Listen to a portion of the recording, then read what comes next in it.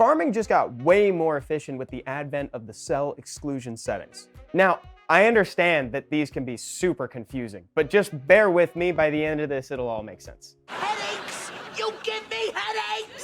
Now you can customize what runes, grinds, gems, and artifacts you keep or sell in significantly more detail. To get what we're talking about today, hit the Cell Selected button in your repeat battle, then tap on the little cog. That's going to bring you to the cell options. Let's start here. These options tell the Cell Selected feature what runes to mark to be sold.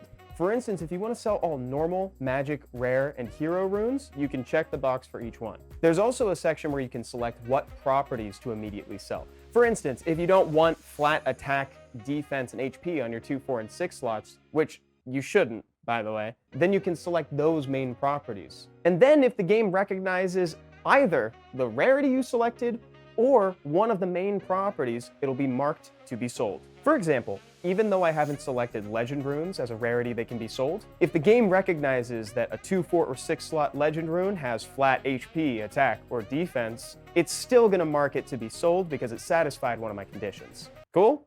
Cool. Okay, now we can move on to the main subject of the video, which is the cell exclusion settings. Simply put, these are exceptions to the rules that we just set up. So even though we're asking for all hero runes to get sold, we can now use filters to make it so certain runes of that rarity can make it through.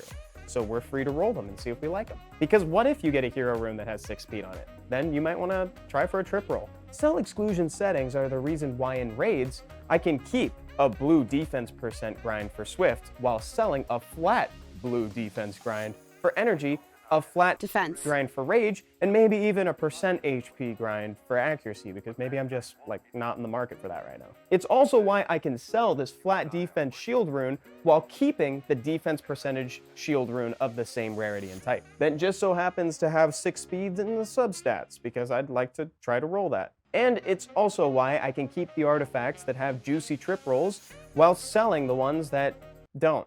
So now you know why you want cell exclusion settings, let's talk about how you can interact with it. So if you're open to keeping runes with a certain amount of speed on them, your first tab could look something like this. For sets, I've marked these runes. For rarity, I'm already not selling legendaries, but because I live in constant fear, I'm gonna check it here anyway. But I'd also like to make sure that I can scope out any hero runes that I get, so I'm gonna check hero as well. I'm personally marking 6-star only for the purpose of this example, but if you're newer to the game, you could mark 5-star runes until you're ready to move on to just 6 stars.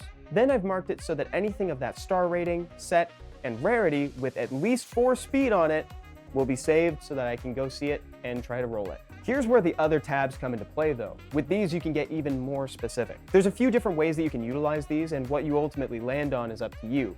For instance, you could have a whole tab dedicated to a single rune set. Or you could go based on archetype, like I did. On this tab, I've got the filter set to my damage runes. So anything with a minimum of 4% crit rate, 5% crit damage, or 6% attacked will be excluded from being sold right away, so that way I can take a closer look. So now anytime a rune like this comes up, I can hit Cell Selected, knowing that they're not going to be sold, so I can check to see if Daddy can get some more crit rate for his Carlos. Please, sir, I want some more.